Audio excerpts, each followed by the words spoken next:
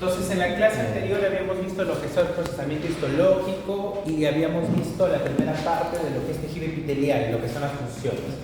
Ahora vamos a hablar exactamente de la forma y de su característica peculiar. Recuerda que el tejido epitelial es uno de los 4 tejidos que estudia la histología en su parte básica, que es el tejido epitelial, el conectivo, el muscular y el nervioso. De los cuales recuerda que un tejido era la agrupación de células que están relacionadas entre sí, que comparten una matriz extracelular en común. La particularidad del tejido epitelial con respecto a los otros es que es avascular y que tiene casi nada de sustancia extracelular, por lo que depende de su nutrición de la célula vecina y de lo que pueda robar del tejido conectivo. Como depende de su nutrición de la célula vecina y depende de lo que puede robar el tejido conectivo y lo que puede recibir por encima de esta célula, se dice que la célula va a tener ¿qué cosa? Por los diferentes lados características especiales. Por el lado superficial, una característica que permita absorber los nutrientes y pueda relacionarse con ellos. Por el lado lateral, una característica que permite el intercambio entre la célula y célula. Y por la parte basal, una característica que permita que la célula pueda extraer el contenido del tejido conectivo. Esa capacidad que tiene la célula epitelial para ser diferente por cada lado, por los costados, por arriba y por abajo, se llama polaridad celular. Entonces, esa es una de las características del tejido epitelial. La segunda parte del tejido epitelial que vamos a ver el día de hoy y vamos a terminar haciendo lo que es el tejido epitelial glandular es exactamente ver su clasificación. El tejido epitelial se puede encontrar a través de las superficies de diferentes partes del cuerpo que se encuentran revestidas o cubiertas, llamándose epitelios, de los cuales el más común, el que más famoso conocemos es la piel. Pero no solamente la piel, sino también puede estar dentro del intestino delgado, en la tráquea, en los conductos seminíferos, puede estar en la conjuntiva palpebral, puede estar en piel delgada, en diferentes lugares.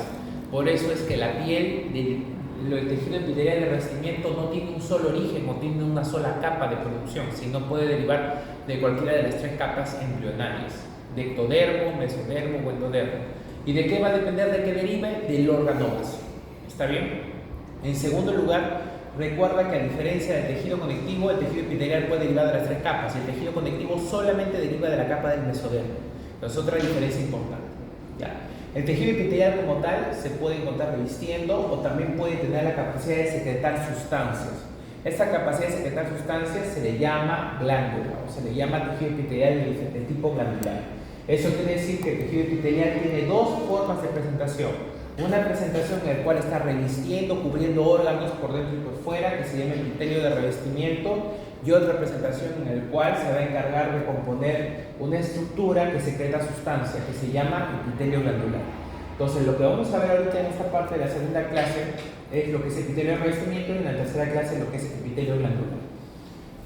Entonces, como vamos a hablar de epitelio de revestimiento, tenemos que hablar sobre exactamente la presentación del tejido epitelial de revestimiento. En histología lo que a nosotros nos importa es la morfología, no nos importa mucho la función. La función lo van a ver ustedes en fisiología. Lo que nos interesa es que ustedes reconozcan qué estructura corresponde en sus características morfológicas, citoquímicas o inmunológicas con respecto a otro. Entonces, para que vean, el tejido epitelial de revestimiento, que es el tejido que va a estar recubriendo, puede presentarse de 2 formas. La primera forma o la presentación más conocida es la comunicación o la presentación del monoestratificado. El monoestratificado que hace referencia a una sola capa de células de revestimiento. Y la segunda presentación es el estratificado o el poliestratificado, donde hay más de una capa de presentación. ¿Ya? Este es monoestratificado y este es estratificado o poliestratificado, también se le conoce. ¿Cuál es la definición más exacta? En el monoestratificado, todas las células epiteliales, todas las células epiteliales de revestimiento nacen de la membrana basal. Todas las células epiteliales que están revistiendo el órgano nacen de la membrana basal. Todas nacen del suelo. ¿Ya? Todas nacen del suelo. Pero en el tejido estratificado o poliestratificado, la diferencia va a ser que hay algunas células que no van a nacer directamente de la membrana basal. Eso quiere decir, por ejemplo, es como tú tuvieras una casa y solamente en un piso, todas las columnas están pegadas al suelo. Eso, si todas las columnas o todas las células están pegadas a la base, eso se llama, ¿qué cosa? Monoestratificado. Pero si a partir de aparece una columna o aparece una célula que no está pegada a la base, sino crece sobre otra, como por ejemplo en el poliestratificado donde una crece sobre otra, esto ya se llama estratificado o poliestratificado. Aquí todas vienen de la membrana basal, aquí solamente algunas, ¿ya? Hay una particularidad con respecto a un tejido. Algunos tejidos monoestratificados, por su presentación, parecen poliestratificados cuando se ven a gran aumento. Pero cuando justamente se genera una perfección, se ve más exacto, se da cuenta que uno es monoestratificado.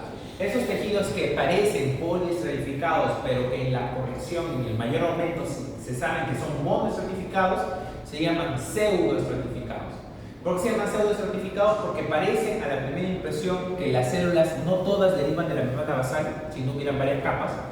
Y en segundo lugar, porque realmente al aumento se ve que todas realmente sí derivan de la membrana basal. O sea, lo que parece, lo que aparenta, pero realmente no es, se llama pseudoestratificado. Otra vez, monoestratificado, todas las células derivan de la membrana basal, poliestratificado, solamente algunas. Otras van a crecer encima de otras células. ¿Ya? Las células pseudoestratificadas son aquellas que parecen ser poliestratificadas, pero que a un mayor aumento se descubren que son monoestratificadas. ¿Listo? Muy bien, entonces vas a tener aquí esto. La clasificación, ese es el primer nombre. Cualquier tejido epitelial, cuando te digan clasifícalo de acuerdo al nombre, tienes que comenzar diciendo es monoestratificado o es poliestratificado o pseudoestratificado. Una vez que tú le pones el nombre, tienes que poner el apellido. ¿Y cuál va a ser el apellido? La forma de la célula. En el epitelio monoestratificado, en este caso plano, la característica de la célula plana es que es una célula que se encuentra, ¿qué cosa? Achatada, es una célula corta pero ensanchada. Está prácticamente, ¿qué cosa? Acortada y ensanchada. Donde vas a tener un núcleo, que lógicamente ¿qué es? Un núcleo ensanchado también. ¿Ya? Es un núcleo ensanchado, es una célula acortada y ¿qué cosa? Y achatada, en el cual va a estar ensanchado su núcleo hacia la zona horizontal. En cambio, las células cúbicas, como ven acá, las células ya no están achatadas, sino son casi perfectas o cuadradas o regulares, donde el ancho es tan igual como la altura. ¿Ya? El ancho o el largo es igual tanto como la altura. Y el núcleo, a diferencia de aquí en el epitelio plano, donde está ensanchado por los extremos, en el cúbico el núcleo es redondo o regular, es plenamente circular o redondo. En el plasmático, la característica es que la célula ya no va a estar achatada, tampoco va a ser una célula regular o cuadrada, sino va a ser una célula, ¿qué cosa? Alargada, rectangular, donde predomina, ¿qué cosa? La altura sobre su anchura o sobre su largo, en el cual el núcleo ya no va a ser, ¿qué cosa? Ensanchado, pero de la manera horizontal, ya no va a ser redondo, regular, sino va a ser, ¿qué cosa? Alargado verticalmente, o sea, como si fuera un elipse. Si a ti te dicen, en el examen te preguntan, se evidencia un tejido del cual todas las células derivan de la membrana basal, ese es monoestratificado, de las cuales se observan que sus células se caracterizan por ser regulares o un núcleo redondo perfecto, eso es cúbico. Si te preguntan en el examen, todas las células de la membrana basal, todas las células derivan de la membrana basal, ¿dónde se ve un núcleo ensanchado y una célula acortada? Eso es plano. ¿Está bien? Y si te dicen, se observa que todas las células derivan de la membrana basal, donde se ve una célula alargada o un núcleo alargado de forma vertical, eso es cilíndrico, ¿está bien? O primático, también se le conoce, prismático. En cambio, en el poliestratificado, tú vas a ver qué cosa, diferentes células. Mira, si tú ves acá en la base, vas a encontrar que las células se parecen más que todo ¿qué? Al cúbico, lo que son regulares, núcleo regular. Pero conforme avanzamos, mira las células del último nivel. ¿A qué se parecen estas células del nivel? ¿Al cilíndrico, al cúbico o al plano? Al plano. Entonces la pregunta es, doctor, ¿qué nombre le pongo? ¿La de la primera línea o la de la última capa? Los tejidos poliestratificados tienen el nombre de la última capa. En este caso, como las células son aplanadas, las de la última capa, este será un tejido poliestratificado o estratificado plano. ¿Me dejo entender? Por más que la base sea regular, lo que manda es la última capa. Si aquí te dicen en el examen, ¿no? Se encuentra un tejido en el cual no todas las células, algunas células o parcialmente las células, derivan de la membrana basal. Eso ya te dice de frente que es poliestratificado. Y donde te dicen que las células basales son cúbicas, pero las de la última capa son células alargadas, son células achatadas con núcleo ensanchado, ese es poliestratificado plano. Si te dicen que algunas células derivan de la membrana basal poliestratificado, donde la última capa está caracterizado por células alargadas con núcleo verticalizado, alargado de forma vertical, eso sería un poliestratificado cilíndrico. Si te dicen en un tejido que se encuentran numerosas capas donde no todas las células derivan de la membrana basal, poliestratificado, en la que la última capa se caracteriza por células regulares con núcleo redondo perfecto, eso es poliestratificado cúbico. ¿Me dejo entender? Entonces, en el examen les van a preguntar eso, ¿ya? Les van a dar la descripción y ustedes tienen que saber cuál es el tejido que van a encontrar. Entonces, para continuar con esa idea y no perder, voy a pasar de frente a esta parte de acá. De acuerdo al número de capas, los epitelios, por lo tanto, pueden ser simples o monoestratificados. Siempre tienen el nombre y el apellido. El nombre es el número de capas y el apellido es la forma. Simple o monoestratificado, una capa de células. Todas derivan de la membrana basal. Estratificado o poliestratificado es cuando hay dos o más capas de célula, donde no todas las células van a derivar de la membrana basal. Hay una célula que va a crecer sobre otra. ¿Listo? Como si fuera una escalera. Y al ser estratificado, ¿qué cosa es? Parecen estratificados, ¿ya? Pero realmente todas las células derivan de la membrana basal. ¿Listo? Entonces, cuando una célula parece poliestratificado, pero te dicen que todas realmente derivan de la membrana basal, eso te está diciendo que marques pseudoestratificado. ¿Listo? Muy bien.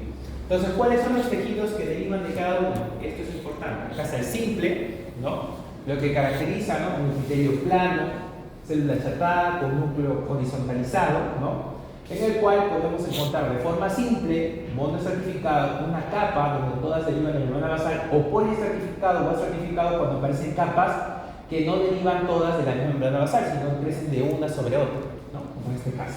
¿Y el nombre quién lo va a dar? ¿La primera capa? No, porque si lo diera la primera capa, esto sería probablemente cúbico, ¿no? Entonces, ¿qué te da? La última capa. Siempre la última capa es la que da el nombre. Entonces, vamos a ver acá unos ejemplos. Las células pueden ser, de acuerdo a eso, tenemos planos, como por ejemplo el endotelio, el mesotelio y la cápsula de Bowman. La particularidad de los epitelios simples, monoestratificados, planos, es que tienen que ser lo suficientemente delgados. Al ser achatadas las células tienen poco grosor. Y al ser delgada la célula, lo que permite es que se produzca un intercambio efectivo. Importante en el endotelio para que se produzca la regulación de los vasos sanguíneos, en el mesotelio y en la cápsula de Bowman para que se forme la orina. Otro lugar en el cual puede secretar epitelio monoestratificado plano es a nivel de la parte alveolar. Yo no hablo del bronco, estoy hablando del alveolo. ¿Por qué? Porque va a ser un lugar donde se van a intercambiar los gases. Los epitelios monoestratificados simples, planos, son los lugares por excelencia donde se produce el intercambio de sustancias. Como tiene un epitelio tan delgado, no puede reabsorber o secretar de acuerdo a lo que se necesite. Endotelio, mesotelio, cápsula de Bowman. Este, por ejemplo, es un corte de un glomérulo. Es importante esto en el examen porque a veces genera confusión. Cuando ustedes hagan un corte del glomérulo que está en el riñón, ustedes van a encontrar unas células que están rodeando el espacio que, como ven, son células planas, ensanchadas, ¿no? Planas, prácticamente núcleo ensanchado, y otras células que van a estar describiendo de manera circular, que van a tener un núcleo redondo y que van a ser unas células un poco más regulares. En una lámina de riñón, por favor, esto tenerlo bien presente en el examen, tienes dos tipos de células. Ojo, los tipos de tejido no aparecen de una forma exclusiva. No es que todo el riñón es monoestratificado plano, no es que todo el pulmón es monoestratificado cúbico, no. Tienen zonas y zonas. Este es el órgano del riñón. El corte es un glomérulo en el cual, si aquí te señala esta zona de acá, esta línea, esta es la cápsula de Bowman, y acá el tejido que es monoestratificado plano. Pero si aquí te señala esta zona de acá, estos redondos que se observan acá, estos son los túbulos, y acá el tejido no es monoestratificado plano, sino el tejido es monoestratificado cúbico. ¿Me dejo entender? Ya, lo mismo pasa con el pulmón. La zona del alveolo, la pared del alveolo es monoestratificado plano o escamoso. La zona cúbica se encuentra a nivel del bronquiolo, que es diferente, ¿ya? Entonces eso tiene que tener mucha consideración, porque en el examen ponen esta gráfica y en algunos años señalan la flecha aquí y otros señalan acá. Si a ti te dicen aquí, el tejido sería monostratificado plano. Si te señalan acá, es monostratificado cúbico. Pero el órgano sigue siendo el mismo, el riñón. Deja entender. Otro lugar donde puedes encontrar epitelio cúbico, donde es en los tirocitos, o sea, las células de la tiroides. Eso es característico. Las células de la tiroides recubren en el espacio folicular lo que es las células cúbicas. Túbulos renales, otros van a hacer qué cosa más, también en los hepatocitos, que vamos a ver más adelante. Y en la zona cilíndrica es quizás lo que más nos va a llamar la atención, porque la zona cilíndrica se encuentra generalmente, o el mejor ejemplo es en el tracto gastrointestinal. Pero el tracto gastrointestinal debe cargas, o sea, desde la primera porción del estómago hasta la zona del ano. ¿Por qué? Porque la zona del esófago es polistratificado plano no queratinizado.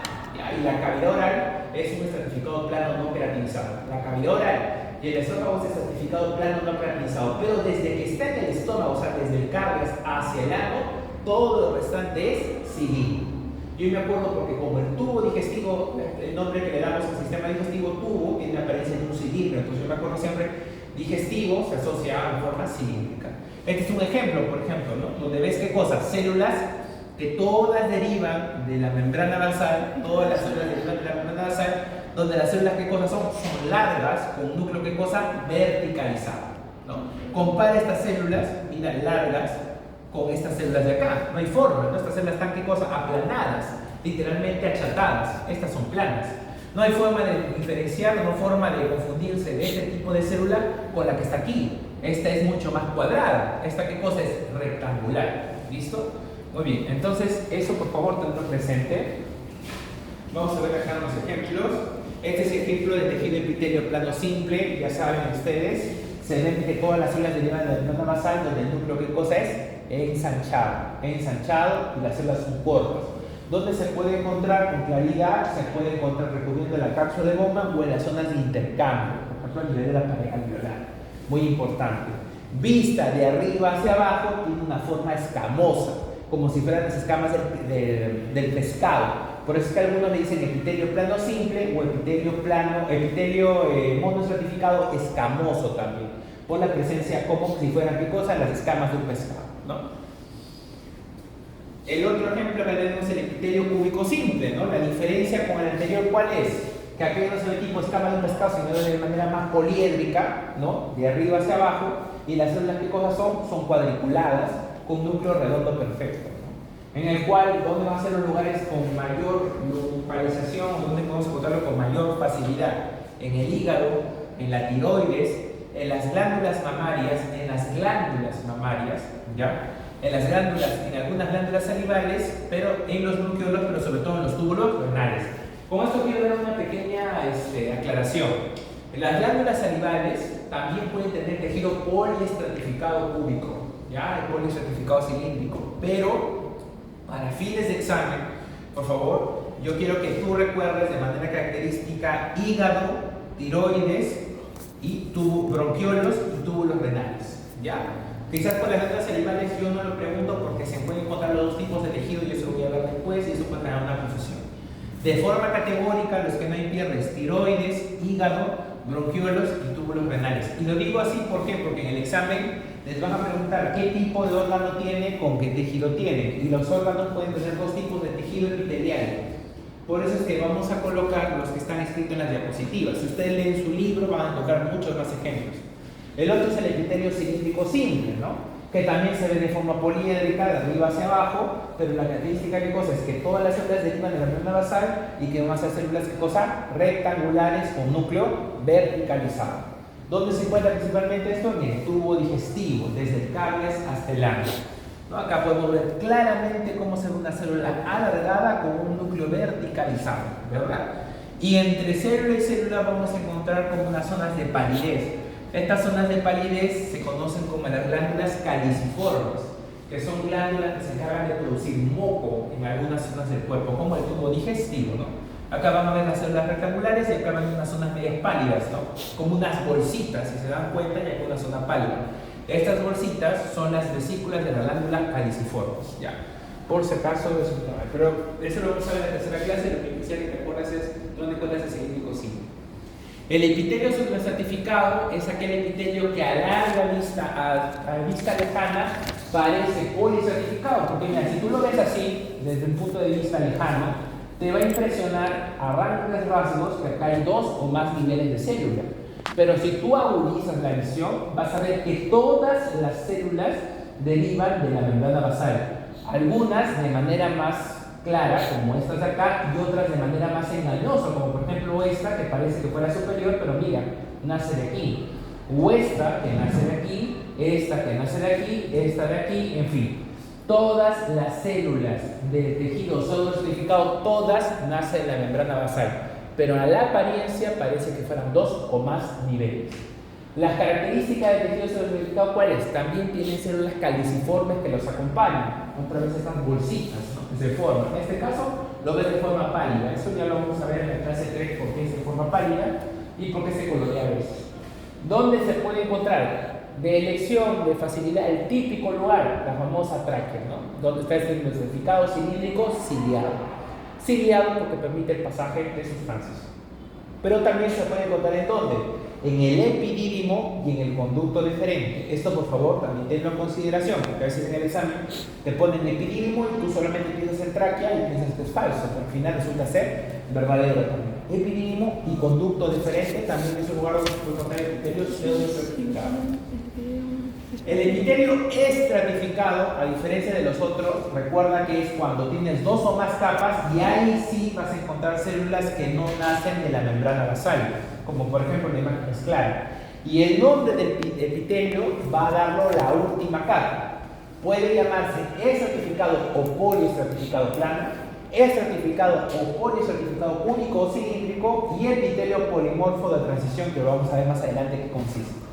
El estratificado plano tiene dos subclasificaciones, puede ser queratinizado o no queratinizado. El queratinizado es la piel tal cual lo conocemos. Ese es el ejemplo clásico, el que te dan en el examen: piel, epitelio plano queratinizado. Y el no queratinizado es el que está asociado a las mucosas o las cavidades, por ejemplo, como la cavidad oral, el cuello uterino, la vagina o el esófago. ¿Listo? El epitelio estratificado cúbico y cilíndrico se puede encontrar en algunas glándulas, por ejemplo salivales como las parótidas, o también en algunas glándulas sudoríparas. ¿Ya? Por eso es que he hecho esa aclaración cuando hablamos de epitelio no estratificado cúbico.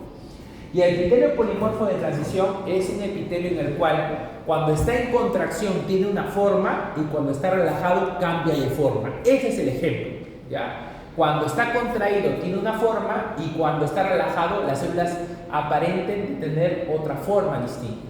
El ejemplo clásico es la vejiga. Epitelio polimorfo o pleomorfo también se le conoce, o de transición. ¿Ya? Vamos a pasar las imágenes para tenerlo más claro. Este es un ejemplo de epitelio estratificado plano queratinizado. ¿Por qué saben que es queratinizado? Primero porque se ve estratificado porque tienen varios niveles. Los niveles comienzan desde aquí y se va hasta acá, solamente que la imagen está echada. Y después del último vez van a ver acá como un esmontón, como si fuera realmente una mancha de témpera, un pasado de una brocha de color morado. Esto de acá, este grosor gigante, es la queratina. La idea para que tú puedas identificar queratina y no te confundas con el último nivel de una capa de piel no queratinizado es que la queratina no tiene núcleos. La queratina no tiene núcleos. En cambio, el epitelio estratificado, que lógicamente no es queratinizado, como no tiene queratina, su última capa sí tiene núcleos. Donde hay queratina, no hay núcleos. Por eso el epitelio estratificado plano queratinizado, en su última capa, no se ven los núcleos. Acá tú no puedes ver ningún núcleo. Ves literalmente como si fuera una brocha, literalmente de témpera púrpura que se ha colocado sobre la lámina. Si el epitelio estratificado es plano no queratinizado, el último nivel sí se aprecian los núcleos. Esto es característico. Creo que hay una gráfica de epitelio plano no queratinizado. El plano queratinizado de la piel. Y este es el epitelio plano no queratinizado. Mira, la última capa del corte tiene núcleos. Entonces, como yo tengo que la última capa es plana y tiene núcleos, entonces digo, ¿hay queratina o no hay queratina? No hay queratina. Por eso el tejido es epitelio plano estratificado no queratinizado. Ejemplo clásico, el esófago o las cavidades, mucosa oral. ¿Ya? Esto, por favor, bien estudiado, porque en el examen, el profesor ya siempre pregunta preguntan, ponen una imagen o bien epitelio plano certificado, queratinizado o no queratinizado, ¿no? Y donde se suele confundir exactamente la parte final. Para eso no se olviden, no miren la última capa, acá de manera clara que se ven los núcleos, ¿no?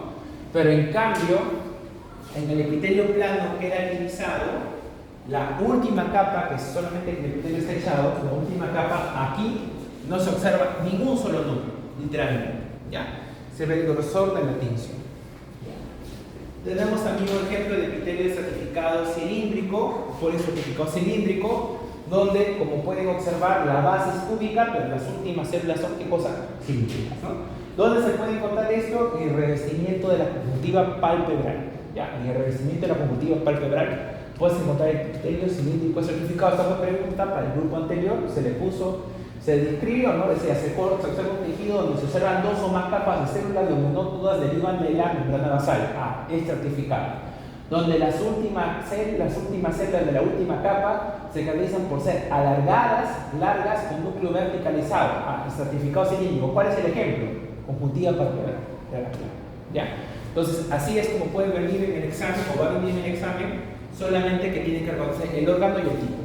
El certificado cúbico, igualito, ¿no? Y se observan varios niveles, pero las células son, ¿qué cosa?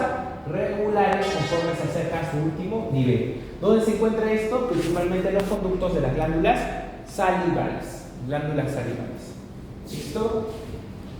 Y el epitelio polimórfico es aquel que cambia de forma o de apariencia conforme se contrae y se relaja. Generalmente tiene 4 a 6 capas de célula, por eso es que está dentro del grupo de los poliestratificados. El epitelio de transición no corresponde al pseudo ni al mono, está dentro de los poliestratificados, pero tiene la característica, ¿qué cosa? Que va a cambiar de forma conforme esté, ¿qué cosa? Contraído o relajado.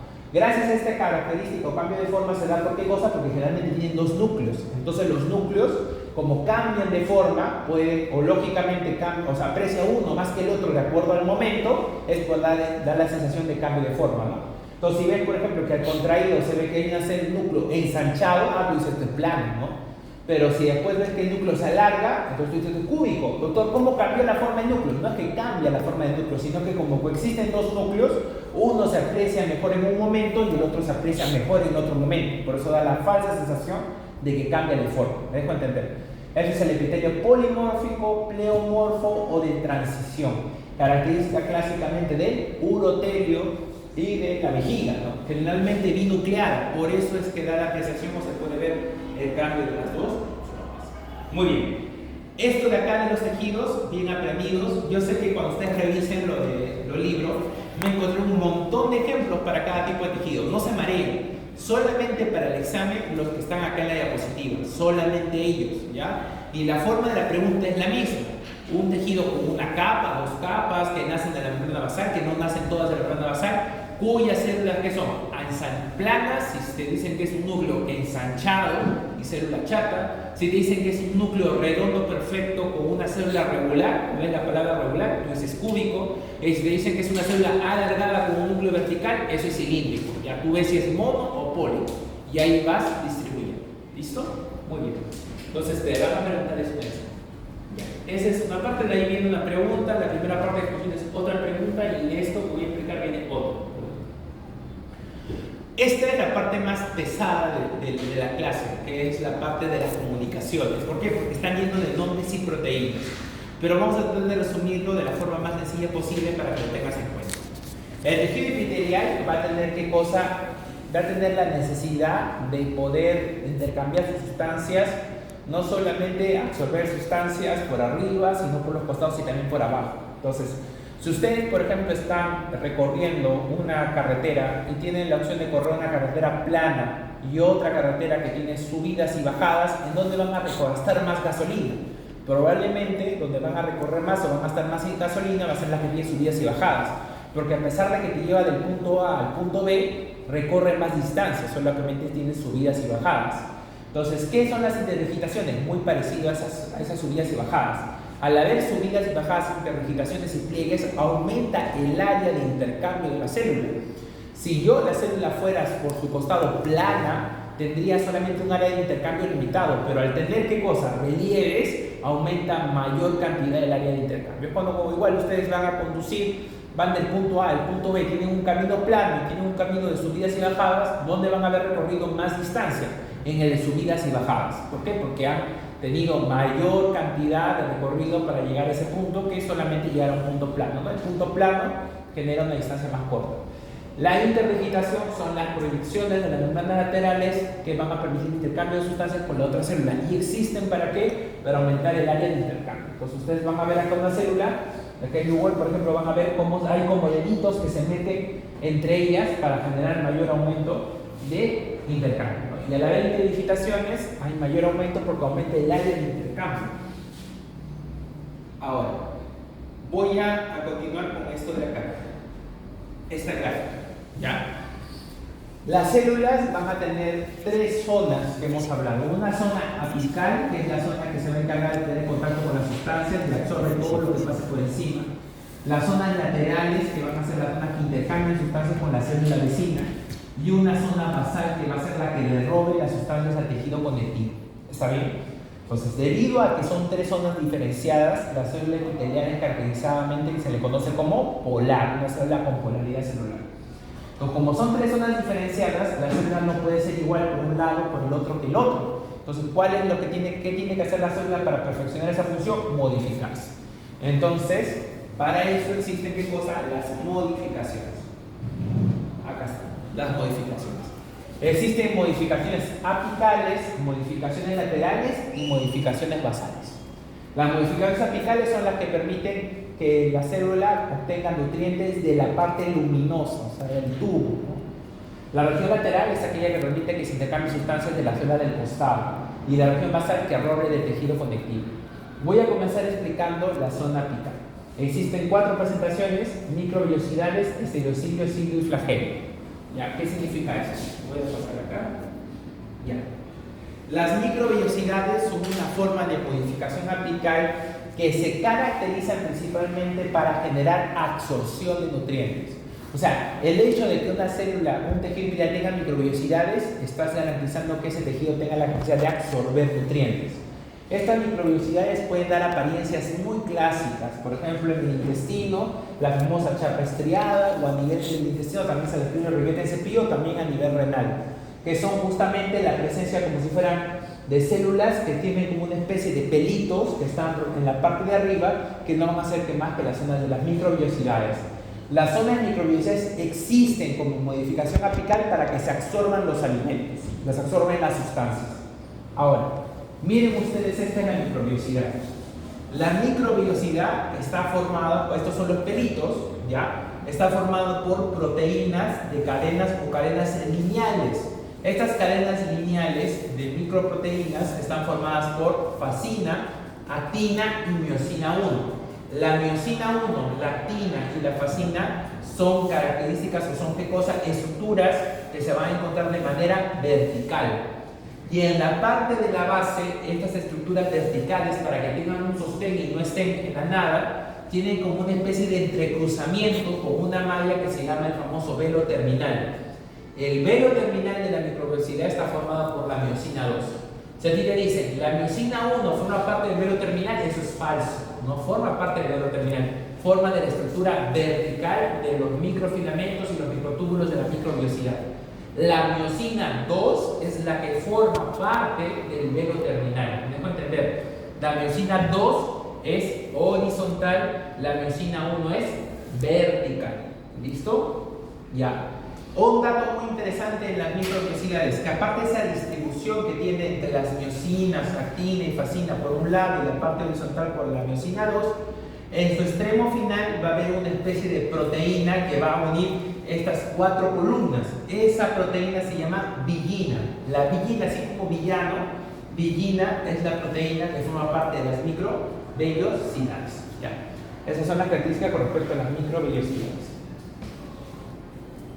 ¿Listo? Otras modificaciones son los estereocilios. Los estereocilios se parecen a las microvellosidades, pero tienen unas grandes diferencias. Para empezar, van a tener también, ¿qué cosa? Microfilamentos de actina, fimbrina, pero no va a haber acá miosina. En el estereocilio no se ve, ¿qué cosa? Miosina. Y quien forma parte de esta red, ¿no?, de sostén son qué cosa principalmente, que son filamentos de actina. ¿Ya? Los filamentos de miosina están en microvellosidades, los filamentos de actina, y más no los de miosina, están en los estereocilios. La característica del estereocilio es que va a ser un lugar que, gracias a esta distribución de la actina, que es una distribución un poco más fuerte y más firme, va a impedir que el estereocilio se mueva. Por lo tanto, el estereocilio es la modificación apical que carece de movimiento. ¿Ya? Características del estereocilio, te pueden decir, no participan miosinas, participan principalmente las actinas, y en segundo lugar, no tienen movimiento. ¿Está bien? ¿Cuál es la proteína que de alguna otra ayuda a fijar esa estructura? Si la microvellosidad tenía la villina de villano, el estereocilio tiene la ersina. El estereocilio tiene a la ersina, que es una proteína que ayuda a fijar su estructura. ¿Dónde pueden encontrar los estereocilios? Puedes encontrar en las zonas del epidídimo, por ejemplo, o a nivel del sistema vestibular auditivo, a nivel de la zona coclear del oído, ¿no?, que permiten recoger los impulsos sonoros y transmitirlos en impulsos eléctricos. Entonces ahí es ersina, actina, no carece de movimiento. La microvellosidad es villina, miosinas, y que lógicamente tiene el famoso velo terminal. ¿Ya? Absorbe nutrientes y permite qué cosa, principalmente transmitir la energía, ¿no? Y los cilios se caracterizan, que es la tercera modificación apical, se caracterizan ¿por qué? Porque son los que tienen más movimiento. Son los que tienen movimiento. Por lo tanto, ellos van a tener una proteína. Si la villina era de la microvellosidad, la ersina es del estereocilio, el cilio va a tener la proteína que se llama dineína, que viene de quinos, que significa, o cinética, que significa movimiento. El cilio es la modificación apical que tiene mayor movimiento, cuya proteína va a ser la dineína. La dineína es una proteína que va a estar rodeando a los microtúbulos que van a estar formando parte del cilio. Cuando tú cortas el cilio por la mitad, o sea, partiste por la mitad y lo ves de arriba hacia abajo, vas a encontrar que hay una disposición muy característica de esos microtúbulos. Hay 9 pares alrededor en zona periférica y 2 unidades individuales al centro. Por lo que nosotros decimos que la estructura interna del cilio está formada por 9 pares periféricos, es decir, 9 dupletes periféricos. Y en la estructura interna hay 2 unidades singulares, por lo tanto decimos que está formado por 9 dupletes periféricos y 2 singletes. La conformación de 9 dupletes más 2 singletes, 9 dupletes periféricos y 2 singletes centrales es la conformación de los microtúbulos del cilio. ¿Está bien? Cada zona o cada duplete está formada por 2 subunidades, A y B, donde el A está formado por 13 subunidades tubulares y el B por 10. Entre ellos se encuentra actuando la dineína como una especie de motor que va a permitir el engranaje. ¿Cómo se llama este corte que se hace a la mitad, en el cual me permite observar estos 9 dupletes periféricos, estos 2 singletes, y entender un poco mejor la acción de la dineína? Se llama axonema. El axonema es el corte transversal del cilio que permite observar esta distribución característica. Y gracias a esta distribución característica, el cilio tiene la posibilidad de ¿qué cosa? De moverse, o generar movimiento. Si la microvellosidad absorbe alimentos, si el estereocilio transmite energía, el cilio generalmente se encarga de transportar sustancias, hacer de que literalmente, como si fuera la ola de un estadio, el oxígeno, los microbios o cualquier elemento pueda pasar a través del tejido epitelial, ¿no?, pasando por encima. Como una especie de manito, como si fuera una ola, van empujando el elemento hacia atrás. Los cilios se encuentran principalmente, no solamente en la cavidad respiratoria, sino que se puede encontrar a nivel de la zona la zona reproductiva. Entonces, estos 3 son las modificaciones que se encuentran dentro de la parte apical. Microvellosidad, que tiene a la villina, que se encarga de absorber nutrientes, donde tiene a la miosina 1 de manera vertical y a la miosina 2 de manera horizontal, formando el velo terminal. El estereocilio, que se encarga de transmitir o transformar la energía, en el cual va a tener principalmente filamentos de actina. No hay movimiento, carece de movimiento, no hay movimiento. Y la proteína principal, que se llama ersina, estereocilio ersilla. Y lo último es el cilio, que es una modificación que tiene alto movimiento, que sirve para transporte de materiales, que tiene la dineína y que está formado por una estructura particular, donde donde tiene un axonema con 9 dupletes periféricos y 2 simpletes centrales. El flagelo es una última especiación de la membrana que se encarga de garantizar el movimiento de la proporción celular. ¿Ya? Sin embargo, algunos no lo consideran como parte todavía del tejido epitelial, sino como unas estructuras unicelulares en otro sistema. Por lo tanto, no lo tocamos aquí, ¿no? Pero sí, por favor, microvascular, estereocilio y cilio, sí entendido. Lo que preguntan es dónde está la proteína en cada uno, o alguna característica en relación a la adeneína, dónde está la ligina, dónde está la ercina, ¿no? El estereocilio tiene miosina, el cilio tiene actina, el velo terminal, en fin, lo que hemos descrito, ya, una revisión al respecto. Ahora vamos a pasar a la región lateral. La región lateral tiene 4 zonas. Bueno, ya hemos visto una, que es la intervejigación. Tiene 3 zonas principales: las uniones oclusivas, las uniones adherentes y las uniones comunicantes. Voy a comenzar hablando de las uniones oclusivas, ¿ya? Para que tengamos un entendimiento de esto. Cuando tú tienes una célula que está junta a otra célula, las modificaciones laterales se van a encontrar ¿dónde? En la cara lateral. Todas estas se encuentran aquí. Aquí se van a encontrar en la cara de arriba, se van a encontrar el cilio, la microvelocidad, el flagelo, el estereocilio. Pero en la cara lateral se encuentran las que vamos a ver ahorita. La que está en la zona más superior de la cara lateral, por eso se le dice que es la más apical de todas las laterales, o se encuentra en la zona lateroapical, es la famosa zona occludens. La zona occludens es de todas las modificaciones laterales la que se encuentra en la zona más apical. ¿Y qué hace la zona occludens? Es como una especie de cinturón que, como ves, ¿qué cosa? Impide el pasaje de todas sustancias. ¿Sabes? Dicen, si tú quieres pasar de aquí a aquí, vas a tener que pasar por la célula, no puedes pasar por un costado. Y para eso la zona occludens va a tener zonas importantes. Tiene una zona que se llama la occludina, que es el primer elemento del cierre que va a impedir el pasaje de cualquier sustancia. ¿Y sabes qué? Por aquí no pasa nadie. La occludina, dice, la occludina que forma parte de la zona occludens, no pasa nada. La misma zona occludens tiene otra zona un poquito más avanzada que se llama claudina. A diferencia de la occludina, la claudina también dice, ¿sabes qué? Aquí no va a pasar nada tampoco, pero yo voy a dejar que pase siempre y cuando la molécula sea hidratada. O sea, la occludina de la zona occludens no deja pasar nada, ni hidratados ni no hidratados. Y la claudina deja que cosas solamente pasar elementos hidratados. La occludina y la claudina son como una especie de cinturones. Y estos cinturones que no van a dejar pasar las sustancias van a ser agredidos. ¿Por qué? Porque las bacterias, el virus, los parásitos van a querer ¿qué cosa? Ingresar a la fuerza, entonces no van a quedar tan tranquilos. Por lo tanto, tienen que tener como una especie de vigilante, una especie de guardián, de guardaespaldas que protege esta zona. Esos complejos de protección que se van a encontrar en esta zona son las proteínas de HAM, J-A-M, de YAM, proteínas de HAM, que son las inmunoglobulinas que van a formar parte de la protección de la zona occludens. Tanto la occludina como la claudina y las proteínas de HAM están compuestas por una proteína base que se llaman los complejos PDZ. Entonces voy a pasar acá, esta diapositiva de aquí. ¿Ya? Las zonas de uniones que se van a encontrar de la manera lateroapical en la zona más apical de la zona lateral es la zona ocluyente. Las zonas ocluyentes son como una especie de cinturones que no montan el pasaje de nada. Esta zona ocluyente tiene 3 subzonas: la occludina, que no deja pasar nada; la claudina, que es solamente los pasajes hidratados; y las de YAM, que son las proteínas que se encargan de proteger estas estructuras. ¿Quiénes lo conforman? Las proteínas que se llaman el complejo PDZ1, PDZ2, PDZ3. Ya, principalmente. Entonces, esa es la función de las occludinas, o de la zona de occluyente, perdón, la zona occludens, que tiene dentro de la occluyente, tiene la occludina y la YAM. ¿Listo?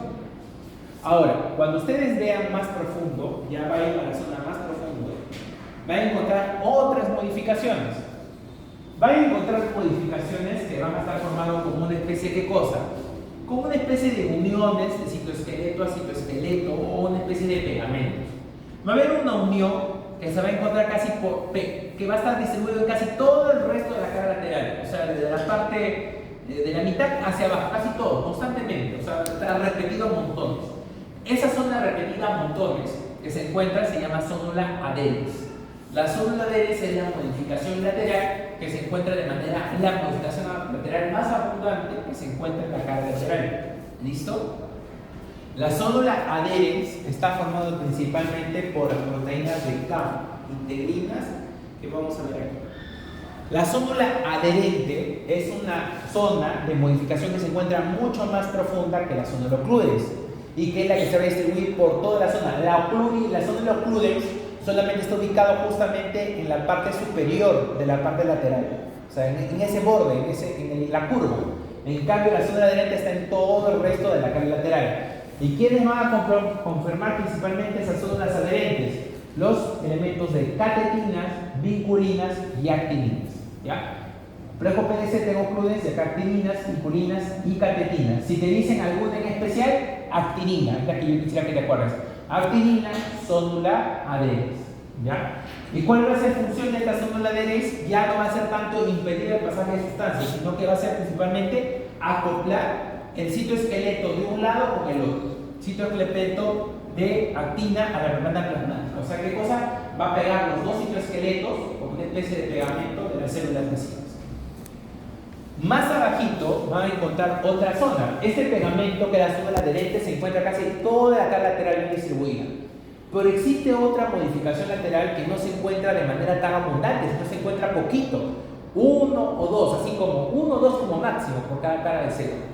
Y que van a tener una forma de soldadura, como una especie de cerrojo, donde un lado va a extender como un candado, un eslabón, y el otro lado da otro eslabón. Esta modificación lateral que se encuentra de manera menos abundante, menos frecuente, pero tiene forma de soldadura y es más fuerte, se llama mácula adherens. Una cosa es zónula, y otra cosa es mácula. La presencia de mácula adherens es una especie de estructura mayor, en el cual vamos a tener ¿qué cosa? La conformación principalmente de proteínas como la desmoplaquina y las flacoglobulinas, que lo que van a hacer principalmente ¿qué cosa? Es acoplar, pero ya no a nivel de citoesqueleto, sino a través de filamentos intermedios entre célula y célula. Como la mácula adherens tiene la desmoplaquina, es también a esta modificación que se le conoce como desmosoma. El desmosoma es una modificación lateral que se tiene una forma de soldadura, que lo que va a unir son los filamentos intermedios de ambas células, que se encuentran en poca cantidad. En cambio, la célula adherente es la que se encuentra en mayor cantidad, que une ambos citoesqueletos, que tiene como principal estructura proteica ¿quién? A la actinina. En cambio, el desmosoma o mácula adherens tiene principalmente a la desmoplaquina. ¿Listo? Esas son las modificaciones que están a nivel lateral. ¿Existe una modificación lateral adicional? Entonces tenemos la que es más apicolateral, que impide el pasaje de sustancia, la zona de la ocludes, PDZ. Ocludina todas, orina hidratadas, quien las protege son las proteínas de Ham. La zona adherens, que es el pegamento que va a estar constantemente durante toda la cara lateral, que une las zonas de los citoesqueletos, formado principalmente por actinina. La mácula adherens, que está formado por una unión que sí tiene forma de tipo soldadura, que se encuentra de cantidad menos frecuente que las modificaciones de célula adherens y que une los filamentos intermedios y que está formado por desmoplaquina. Por tanto, la mácula adherens a veces se le conoce como desmosoma. Y va a tener otra modificación lateral que es conocido por, o tiene la apariencia de ser una estructura de puente. Es una estructura, una modificación que ya no une tanto, o ya no une los citoesqueletos, digamos, o los filamentos intermedios, sino une caras más próximas. Y que son estructuras físicas. Estas estructuras físicas en forma de puente que unen una célula con otra se llaman las uniones de Yaw, o las uniones comunicantes, o las uniones de nexo, o las uniones de función. Las uniones de Yaw se caracterizan principalmente ¿por qué? Porque van a tener la forma de puente, no la forma de soldadura, no la forma de pegamento constante, sino la forma de puente, que va a estar formado por una proteína que se llama conexina, así como la mácula adherens está formada por la desmoplaquina, la célula adherens por la actinina y la célula ocludens por la PDZ. La unión de Yaw tiene las conexinas, donde esas conexinas van a formar ¿qué cosa? 6 unidades que van a determinar los conexones.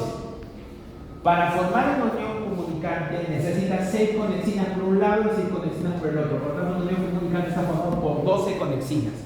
Pero lo que más me interesa, que yo quiero que te acuerdes de las uniones comunicantes de Yaw o de fusión, es que las uniones de Yaw comunicantes de nexo, de función o uniones de hendidura son inespecíficos al tejido epitelial. ¿Qué quiere decir? Que se puede encontrar en otros tejidos, en el tejido muscular o también en el tejido nervioso.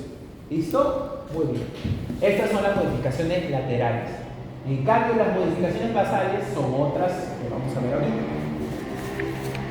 Entonces, ya hemos visto acá, en esta gráfica, las uniones apicales, las modificaciones laterales, las células ocludes, PDZ, ocludina, claudina, proteínas de Young, uniones adherentes, las uniones adherentes, el pegamento que se forma de manera constante uniendo los dos citoesqueletos por actinina, las maculares, o llamado también desmosoma, que forma o une los filamentos intermedios a través de la desmoplaquina de manera no frecuente en forma de soldadura, o también se le llama también a desmosoma.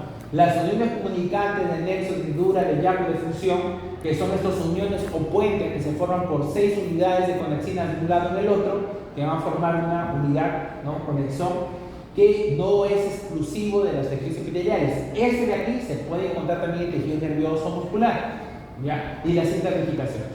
Y por último, para hablar, están las modificaciones basales. Las modificaciones basales son dos principalmente. Uno son una especie de pegamento que se parece a la cédula adherens, que está constante, que acá se va a llamar ya no cédula adherens, sino se llama adhesión focal, que es ese pegamento constante que se encuentra en toda la superficie, en la base de la célula, ya. Así como la cédula adherens se encuentra de manera constante en la cara lateral, las adhesiones focales se encuentran de manera constante en la cara basal. Y si la zona lateral tenía unas uniones o hendiduras de tipo cerraduras aisladas de poca frecuencia unidas de desmoplaquina, que se llamaban uniones maculares o desmosomas, en la cara basal estas uniones aisladas se van a llamar hemidesmosomas. Para entender un poquito esto, vamos a pasar acá a la gráfica de aquí. Acá está. Las adhesiones que están constantemente aquí como pegamento es las adhesiones focales. ¿Listo? Pero acá tú vas a ver qué cosa. Mira esta estructura de aquí. Mira. Esta estructura de aquí se parece, si yo tapara un lado, a esta estructura de acá, ¿verdad? Esta estructura de aquí se parece si yo tapara y dejara solamente este lado presente. Como ves, esta zona de acá es igual a esta zona de aquí. La única diferencia es que esta zona de aquí está formada, ¿qué cosa? Por una cara de una célula A y por la otra cara de la célula B. Aquí, en la base, tú no tienes una célula debajo de la base. Por lo tanto, solamente vas a encontrar una parte. Como encuentras la mitad de esto se le llama hemidesmosoma. El hemidesmosoma es la mitad de esta zona de soldadura que tiene formación de desmoplaquina, igualito, tiene filamentos intermedios, todo lo que quieras, pero solamente está la mitad. Se le conoce hemidesmosoma. ¿Por qué? Porque el desmosoma está formado por una célula y por la otra. En cambio, en la base solamente tiene esta cosa, una cara celular. ¿Ya? Entonces, el hemidesmosoma se encuentra en la base y el desmosoma se encuentra en la cara lateral. ¿Listo? Entonces, ahí vemos las proteínas que regulan, ¿no? Muy bien. Entonces, aquí, otra vez, si vemos la gráfica, entonces las células van a tener cosas, modificaciones apicales, basales y laterales. Las modificaciones apicales, ¿cuáles son? La microbiosidad, si es que tú quieres absorber nutrientes, a través de qué cosa, de la famosa vinina, de la actina, la miosina 1 vertical, miosina 2 horizontal, meloterminal, los estereocitos que transportan o transforman la energía, que no tienen movimiento, que tienen alexina y principalmente la actinina como proteína. Tienes al cilio, que es la que tiene mayor movimiento, formado por la proteína de lineína, con 9 dupletes periféricos, 2 cingletes centrales que forman parte del exonema. Tienen modificaciones laterales. ¿Cuál es la modificación lateral apical más, digamos, más superficial? La célula ocludes, que tiene a la ocludina, la claudina y las proteínas de Ham, complejo PDZ. Más abajo, de la parte de la mitad hacia abajo, ¿a qué vas a tener aquí? Vas a tener principalmente ¿a qué cosa? A las modificaciones que se encuentran en toda la cara lateral, que se encuentran como pegamento, que unen ambos citoesqueletos. ¿Cuál es eso? La cédula adherens. La cédula adherens. Pero si te dicen que ya estas modificaciones se encuentran de manera poco frecuente, tienen forma de soldadura, que está formado por una proteína en especial que se llama desmoplaquina, eso será desmosoma o mácula adherens. Si te dice que se encuentra en una estructura de soldadura en la base, que solamente está formado por una parte, más la otra parte no se observa, ¿eso qué será? Hemidesmosoma. Adhesiones focales es el resto de pegamento que está cubriendo esta zona. ¿Ya? Lo que yo quisiera que te acuerdes por favor para el examen es primero dónde se encuentra cada uno. ¿Ya? ¿Cuáles son las apicales? ¿Cuáles son las laterales? ¿Cuáles son las basales? Lo segundo que no quisiera que te olvides por favor es que el desmosoma con D está en la zona lateral. El hemidesmosoma con H está en la zona basal. Ya te he explicado por qué en la gráfica. Se ve que un desmosoma tiene que ser la formación de una célula con otra célula. El hemidesmosoma está en la base porque solamente tienes una cara celular ahí. ¿Listo? Eso es lo que quisiera que te acuerdes. Y en tercer lugar, lo que yo quisiera que te acuerdes, otro punto, otro dato de todo el profesor que he hecho es que las uniones de nexo, de YAP, de función, de hendidura o comunicantes que están formados por conexinas no son exclusivas del tejido epitelial. Eso sería un tercer punto que yo quisiera que te acuerdes. Y el cuarto punto es las proteínas. Si a ti te dicen sonula occludens, tú debes pensar en complejo PDZ. Si a ti te dicen sonula adherens, tú debes pensar en actina. Si a ti te dicen mácula adherens, o sea, desmosoma, piensas en desmoplaquina. Nadie te va a poner desmosoma, desmoplaquina, te pondrán mácula adherens con desmoplaquina para que no lo saques por el nombre. Si te dicen lógicamente uniones de nexo ya, piensas en conexinas. ¿Me dejo entender? ¿Listo? Ya, eso es lo que yo quisiera que por lo menos te acuerdes. ¿Ya? El hemidesmosoma en la base, que es la hemisoldadura, y la soldadura total, que es el desmosoma en la cara lateral. ¿Listo? Proteínas de las regiones apicales. Edicina con E, con E estereocidio. Villina con V de microvellosidad. Vellosidad, villina. Y el tercer punto, el cilio que se encarga del movimiento, viene de cinética. Quinos, dineína, quineína, el que se da el movimiento. ¿Listo? Esos puntos claves, bien por favor aprendido, pero que va a venir para relacionar, verdadero o falso, los conceptos. Lo que he hablado está escrito en esta gráfica, ya está lo mismo, está para que lo revisen ahí en su casa con facilidad, ¿no? Y acá está esto desde otro punto de vista, lo pasemos. En la cara basal, ¿cómo se llaman las uniones que están de manera constante? Adhesiones focales. Pero si te digo que hay una modificación basal que está formada con una presencia de hemisoldadura o de soldadura incompleta, ¿cuál será esto? Hemidesmosoma. ¿Desmosoma? No. Hemidesmosoma. Hemidesmosoma. ¿Está bien? ¿Y qué hace el desmosoma? Conecta filamentos intermedios. Porque ¿quién es el que conjunta o el que conecta citoesqueletos? La sonula adherens. Y si yo hablo de sonula adherens, ¿cuál es la proteína que participa en la sonula adherens? La actina. ¿Listo? Muy bien. Si yo hablo de la cara lateral, ¿cuál es la modificación más apical de la zona lateral? La sonula occludens. ¿Cuál es la unidad o la proteína del complejo PDZ? ¿Listo? De manera, debajo de la sonula occludens tienes que cosa el pegamento constante, que es la sonula adherens, actina. Y si te digo que es un pegamento inconstante, una modificación inconstante que está formada en forma de soldadura, ¿no? Lógicamente, que está formado principalmente por desmoplaquina, ¿cuál será? El desmosoma. Desmosoma aquí, hemidesmosoma abajo.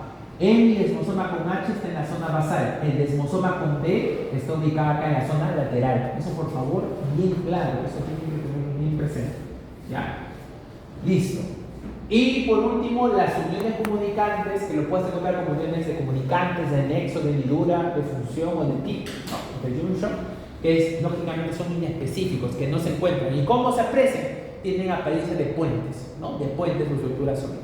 ¿Listo? Muy bien. Esta parte es quizá la parte más pesada que van a tener que enfrentar para el examen, ¿ya? Pero de esto va a venir, ¿ya? O sea, ya tienes el primer tema, que es procesamiento histológico, son 2 preguntas de tejido epitelial reciente, son 3 preguntas, una que tiene que ver con las funciones, la otra que tiene que ver con las modificaciones y la otra que tiene que ver con los tejidos con respecto a la apariencia con el nombre del tejido. Y hasta el momento tenemos tenemos 5 preguntas, ¿ya?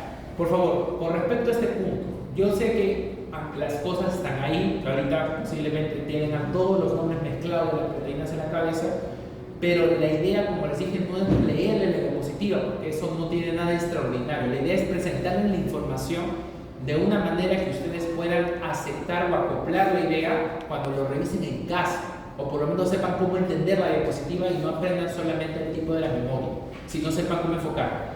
¿Alguna duda con respecto al enfoque de tejido epitelial de revestimiento? Al enfoque, ¿no? Porque si está escrito, la mayoría no están escritas, sino al enfoque. ¿Alguna duda? ¿Ninguna? Entonces revísenlo, por favor, ¿ya? La próxima semana, si tienen alguna duda, me lo hacen saber. Pero por favor, en el examen va a venir bien para relacionar en columnas, verdaderos y falsos, o qué proteínas se encuentran en cada una de las zonas. Pueden ponerle, ¿no? Desmosoma, pertenece a la cara lateral, ¿eso qué será? Verdadero, ¿no? Dicen, la zona de los ocludes está en la zona apical, eso es falso, ¿no? Porque la ocludes está en la zona lateral, solo que de la zona lateral está en la zona más de arriba, es diferente, ¿ya? Es diferente. En la zona lateroapical está en la parte lateral, la zona más de arriba, ¿ya? Si te dicen el cilo está en la base, eso es falso. Si te dicen cuál de todas las modificaciones en la que no tiene movimiento es el cilo, eso es falso, es el estereocilio. ¿Dónde se encuentra la villina? En la microvellosidad. Igualito, o sea, ahí pueden jugar con un montón de opciones, ¿ya? Repasar esto, primero, como les digo, esas 4 ideas básicas, dónde se encuentra cada una de las modificaciones. 2, por favor, la diferencia entre desmosoma y hemidesmosoma. Desmosoma en la cara lateral, hemidesmosoma en la base. Lo tercero, las unidades de función que no son propias del tejido epitelial. Y lo 4, las proteínas. ¿Qué proteína corresponde a cada una de ellas? ¿Listo? Sonula adherens, une el citoesqueleto. Desmosoma, filamentos intermedios. Eso también quiero que lo aprendas, ¿ya? Desmosoma son filamentos intermedios. Hemidesmosoma, filamentos intermedios. Sonula adherens, adhesiones focales, citoesqueleto. ¿Está bien? Listo. Muy bien. Entonces, vamos a pasar ahora a la segunda parte, que es tejido glandular.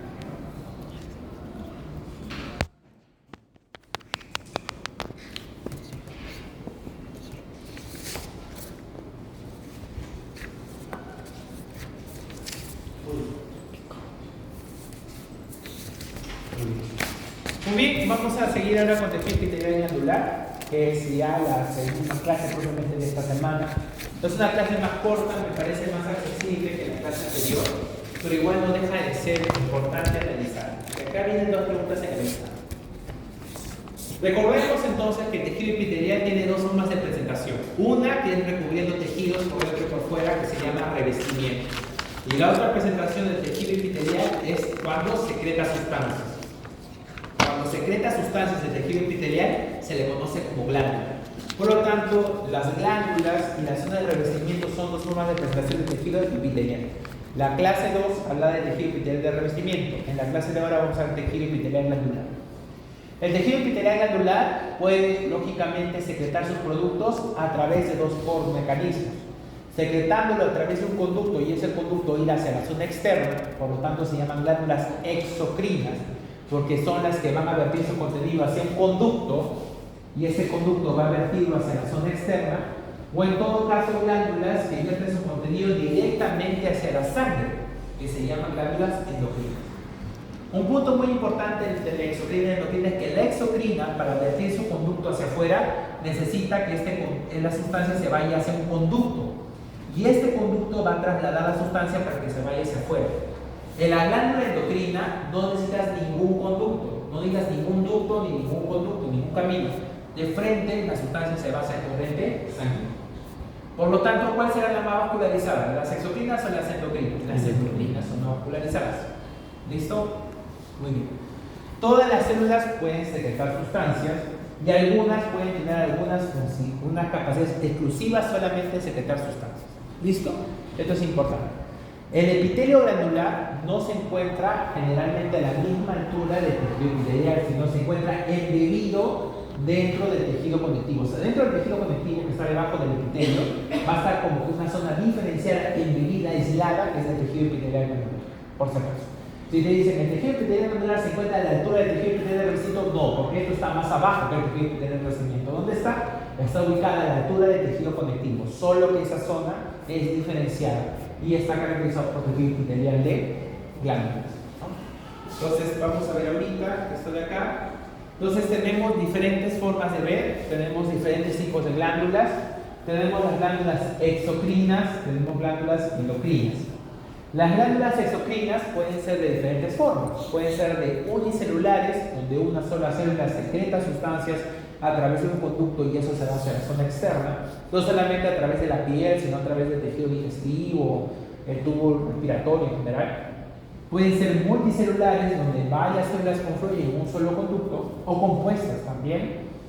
Pueden ser glándulas que necesiten o viertan un contenido hacia un conducto, necesariamente este vaya hacia la zona externa, el medio externo del ambiente, o en todo caso tenemos glándulas que secretan su contenido directamente hacia la sangre. Algunas glándulas que vierten su contenido directamente a la sangre que están formadas por una especie de cordones o líneas. Esas son las famosas glándulas endocrinas acordonomatosas o cordonales. Y hay otras glándulas endocrinas que vierten su contenido hacia una cavidad por dentro, que se llama folículo. Esas son las glándulas endocrinas foliculares. Eso lo vamos a ver con mayor precisión en las siguientes diapositivas.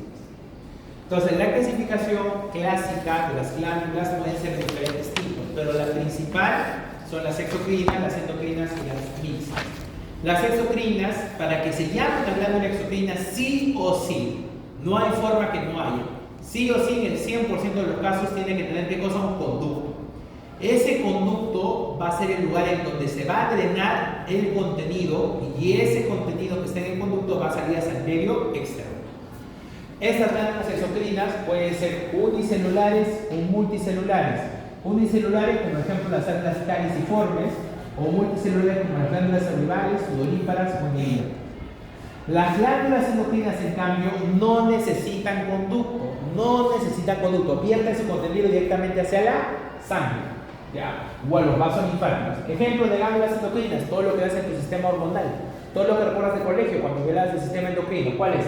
Tiroides, hipófisis, glándula suprarrenal, páncreas endocrino, lógicamente, ¿no? Gónadas, ¿no? En general. Glándulas anfitrinas o mixtas son aquellas que combinan tanto una parte que tiene comportamiento exocrino, o sea que vierten su contenido hacia un conducto, o aquellas que tienen una parte que convierten o vierten su contenido hacia la sangre. ¿Cuál es el ejemplo de glándula anfitrina o mixta? Por excelencia, el páncreas. El páncreas tiene dos porciones, una porción exocrina y endocrina. La porción endocrina del páncreas lo dan los islotes de Langerhans. Los islotes de Langerhans van a ser un grupo de células que van a tener la facilidad de secretar ciertas sustancias hormonales como la insulina, el glucagón, la somatostatina.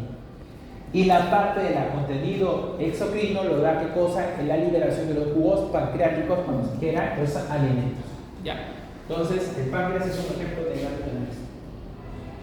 Las células glandulares elaboran sus productos intracelularmente mediante síntesis de moléculas. Si bien si una glándula secreta una sustancia, la pregunta es ¿de dónde sale esa sustancia? La sustancia que va a salir va a ser de un combinado o de un empaquetamiento de moléculas.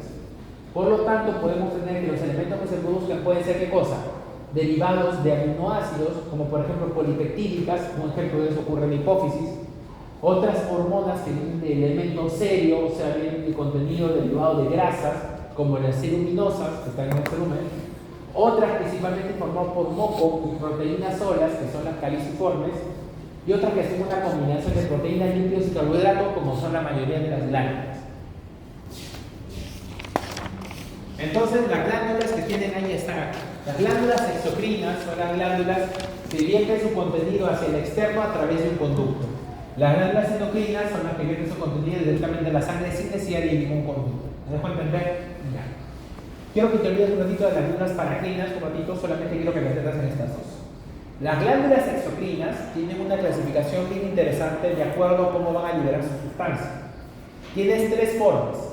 La primera forma es la presentación de liberación merocrina. La presentación de formación merocrina es cuando la glándula exocrina vierte su contenido hacia el ducto, pero la glándula no se daña. O sea, la glándula vierte su contenido y la glándula al momento de vertir su contenido no se destruye, no se daña, no se hace herida. Todo está normal. Si te dicen aquella glándula que vierte su contenido hacia un conducto en el cual la glándula no pierde, no genera daño, no hay alteración de su arquitectura, no hay lesión, eso es merocrina. Pero también hay otra forma de liberar sustancias a un conducto destruyendo la glándula, como ocurre en la holocrina. Holo, todo. O sea, ¿qué cosa? Al momento de secretar una sustancia, como ves, no se respeta la integridad de la célula, sino se lesiona. y todas las células se desintegran. Cuando toda la glándula exocrina, cuando la glándula libera su contenido, y al liberar su contenido toda la glándula se lesiona o pierde su arquitectura o se altera ella, eso se llama holocrina. Y la apocrina que está en el medio es una combinación de ambas. ¿Por qué? Porque la apocrina, así como cualquier glándula exocrina, va a liberar sus sustancias hacia un conducto para irse hacia la zona externa. ¿Estamos de acuerdo? Pero al momento de liberar su contenido, va a desprenderse una parte de la célula. No se desprende todo como en la holocrina, que se desprende en la parte de arriba, de las laterales y en la parte de abajo. No. En la apocrina, la única zona que se desprende es en la zona de su membrana apical. ¿Ya? Entonces, si te dicen, la glándula exocrina, que cuando genera liberación de sustancias a un conducto se mantiene intacta, medocrina. La glándula exocrina, que al vertir su contenido hacia un conducto, se pierde la arquitectura de la glándula, se rompe la glándula, se destruye la glándula, hay una lesión importante, se pierde la arquitectura, holocrina. Pero si te dicen de una glándula exocrina que libera su contenido hacia un conducto en el cual solamente se ve el desprendimiento solamente de la zona apical, solo de la zona apical, eso se llama apocrina. ¿Listo? Ejemplos de medocrina tienes, por ejemplo, las glándulas salivales, las glándulas pancreáticas, las apocrinas están las glándulas mamarias y la holocrina por excelencia son las glándulas sebáceas. Las glándulas endocrinas, como ven acá, las endocrinas, vierten el contenido sin la necesidad de ningún conducto hacia la sangre. Pero mira acá que hay una tercera clasificación. La clasificación de la paracrina está incluida en algunos libros como parte de la endocrina y en otros libros se considera como una tercera clasificación, o sea, punto aparte de las endocrinas. ¿Por qué? Por lo siguiente. La glándula endocrina libera su contenido hacia la sangre sin necesidad de producto. La paracrina va a querer hacer lo mismo, va a querer liberar su contenido de la célula y llevarlo hacia la sangre sin necesidad de producto. Pero ocurre una particularidad en la paracrina que lo hace justamente motivo de una clasificación aparte. ¿Cuál es? Que cuando libera su contenido de la célula hacia la sangre, el contenido no llega a la sangre. Cuando se libera el contenido que estaba destinado a llegar a la sangre, no llega a la sangre. ¿Por qué? Porque la célula vecina es quien la va a chapar. O sea, es quien la agarra. Una vez yo invierto el contenido de la glándula endocrina, empujo todo el contenido, se va a la sangre y en la sangre se distribuye por todo el cuerpo. Pero en la glándula paracrina, una vez que la célula libera su contenido, que en teoría debería ir a la sangre para distribuirse, no llega a la sangre. ¿Por qué? Porque la célula del costado lo atrapa antes de que se vaya. Por eso se llama para al costado de crina, ¿no? Al costado de la liberación de la célula. ¿Ya? En algunos casos, algunas de estas las consideran parte de las endocrinas, otras no se consideran como parte de las endocrinas, otras las conocen como las endocrinas falsas, ¿no? Porque en teoría tienen la intención de ir hacia la sangre, pero no llegan a la sangre. ¿Por qué? Porque la del costado agarró todo el contenido. Ahorita lo vamos a ver otra vez. Entonces, este cuadro, por favor, estudiado, memorizado, porque esto es importante. Las glándulas pueden ser clasificadas como exocrinas o endocrinas. ¿Ya? Mira, por el número de células, la glándula exocrina o endocrina puede ser uni y multicelular. Creo que ahí no hay nada extraordinario, eso creo que es fácil de entender. ¿Dónde está acá lo complicado? Está en estas tres partes de acá. Si tú te dicen que una glándula se clasifica por el conducto excretor, ¿tú crees que esta forma de clasificación por el conducto excretor se puede aplicar en las glándulas endocrinas? No, porque las glándulas endocrinas no tienen conducto. Las glándulas endocrinas, repito, no tienen conducto. ¿Quiénes son las únicas que tienen conducto? Las exocrinas. Por lo tanto, las exocrinas sí se pueden clasificar de acuerdo a la presencia de su conducto. Como simples, si tienen un solo conducto, o compuestas, si tienen varios conductos. ¿Y por qué llevo esta aclaración? Porque en el examen te pueden decir, una glándula endocrina compuesta es aquella que tiene varios conductos. ¿Verdadero o falso? Muchos dicen verdadero. Pero si dicen que es endocrina compuesto, desde arranque eso ya es falso. ¿Por qué? Porque no existe ninguna glándula endocrina simple o compuesta. ¿Dejo entender? El término simple o compuesto solo es exclusivo ¿de quién? De las exocrinas, porque hace referencia a qué cosa? Al conducto excretor. Las endocrinas no tienen conducto excretor, solamente la tienen las exocrinas. ¿Listo? Esa porción o ese conducto excretor va a estar formado por una especie de elemento secretor. La glándula tiene como una especie de zona en el cual empuja la sustancia y esa sustancia luego se vierte por un ducto. La zona del ducto se llama conducto excretor, pero la zona en donde se genera la liberación de la sustancia es la porción secretora. Si esa porción secretora tiene forma de tubo, se llama tubular. Si tiene forma de bolsa, se llama acinar. Otra vez, la porción secretora tubular y acinar es exclusiva solamente de las exocrinas, no de las endocrinas. Por la composición química del producto, esta puede ser cerosa, mucosa, mixta y lipídica. Generalmente son elementos mucho más compuestos, mucho más complejos. Y por el mecanismo de secreción pueden ser merocrina, apocrina, monocrina, que ya hemos visto anteriormente. En cambio, las endocrinas tienen diferencias, porque mira, por la porción secretora, la exocrina puede ser tubular o acinar.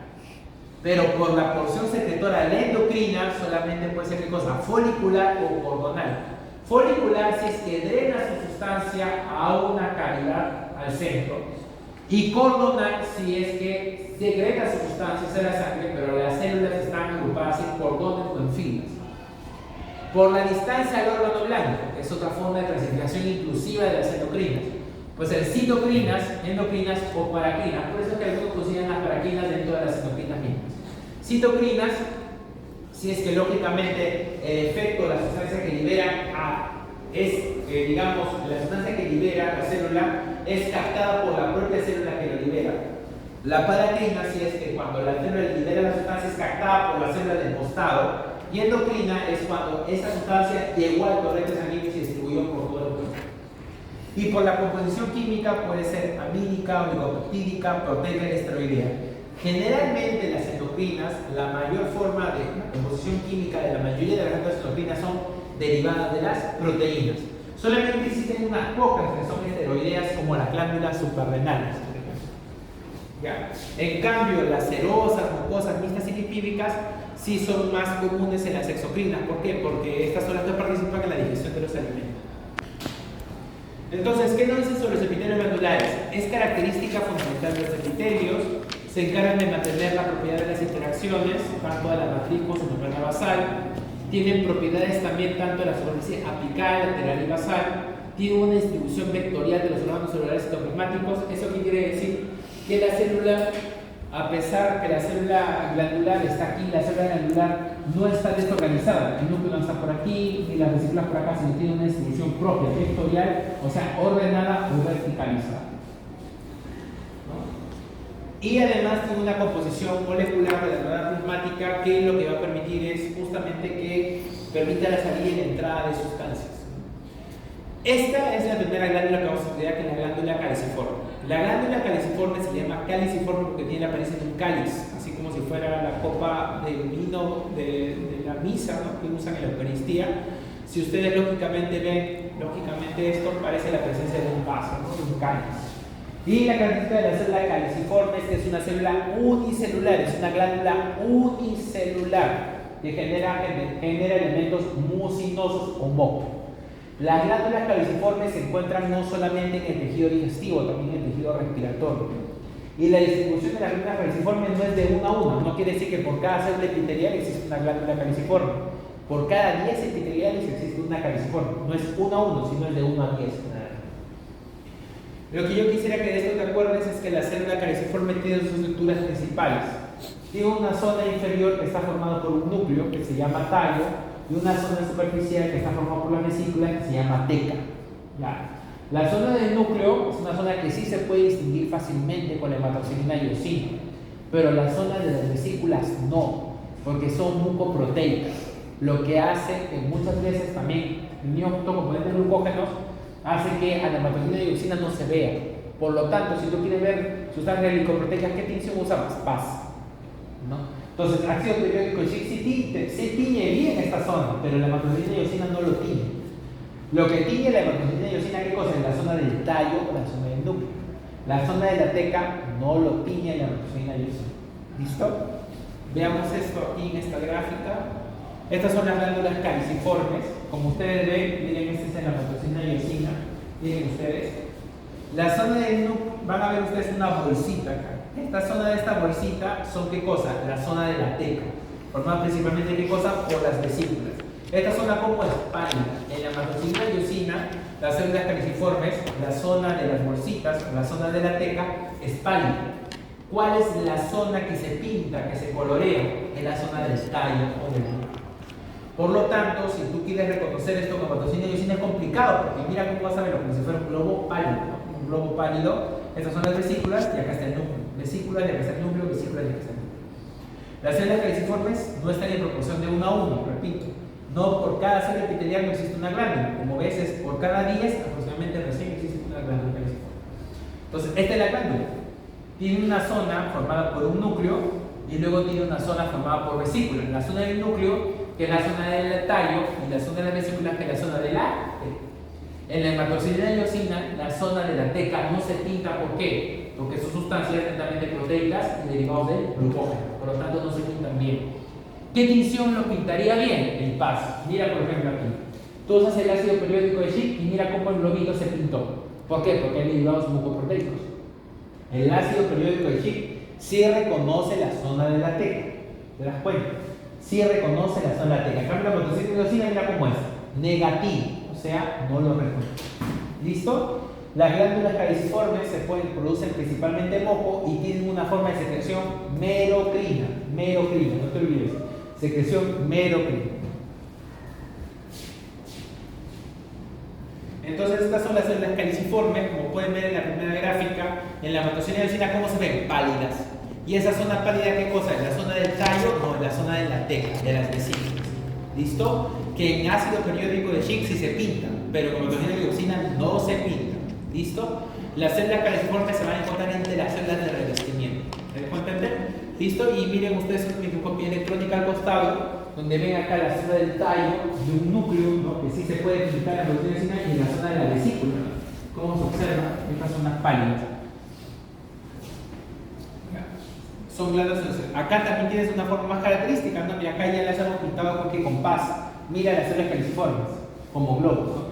Todas las zonas que no se pinta la hematoxilina y eosina, ¿cuál es? La zona de la teca. La zona del tallo se pinta, pero con el PAS sí se llega a pintar muy bien la zona de la teca. Puedes observar. Y como ves, no es por cada célula epitelial, no es que hay una glándula, sino por cada 10 recién aparece una glándula aproximadamente. ¿Ya? Ahí pueden ver literalmente todas estas zonas mucosecretoras con condición de PAS, como dice el. Las glándulas exocrinas pueden vertir su contenido lo usan a través de conductos hacia una cavidad superficial cutánea o hacia una cavidad interna.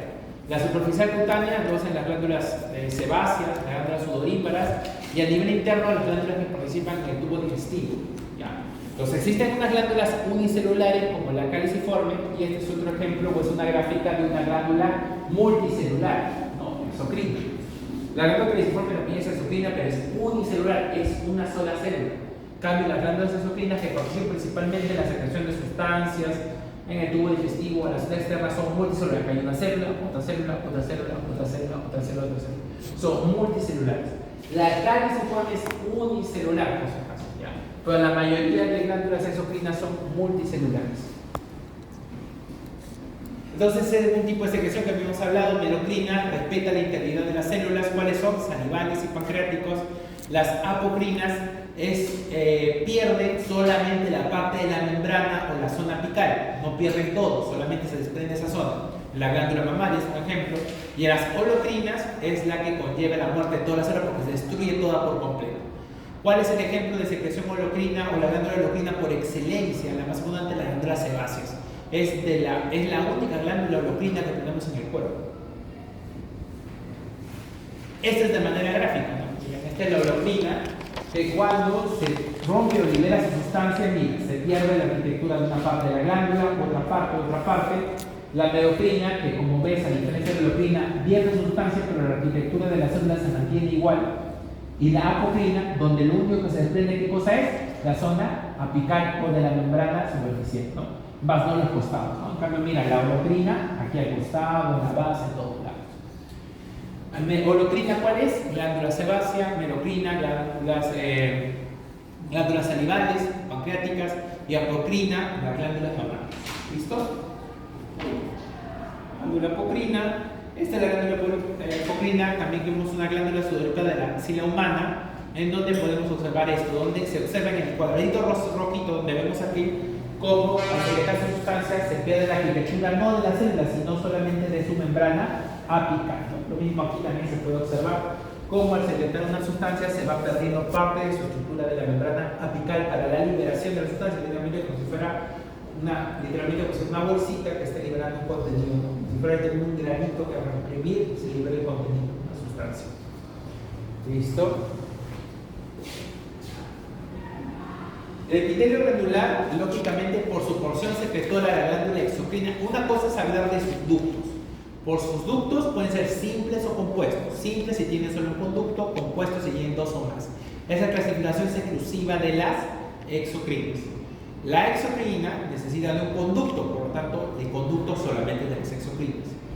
Otro punto importante de las exocrinas es como también existe una parte que es el conducto, también existe la parte en la cual se secreta la sustancia, que es la parte secretora. La parte secretora es la parte, pues, el lugar en donde va a secretar la sustancia. Esta es una glándula exocrina. Esto que está acá es el conducto, es el ducto. Este es el ducto.